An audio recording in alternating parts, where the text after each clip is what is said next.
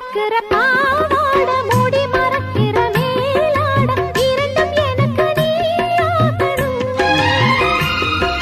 நீந்தி குளிக்கிற நீரோட நெஞ்ச தழுவுற பூமால இரண்டும் எனக்கு நீயாகணும். இந்த அள்ளி குளத்தில மீன் கொதிக்குது, தண்ணி தழும்புது, தாளம் அடிக்குது.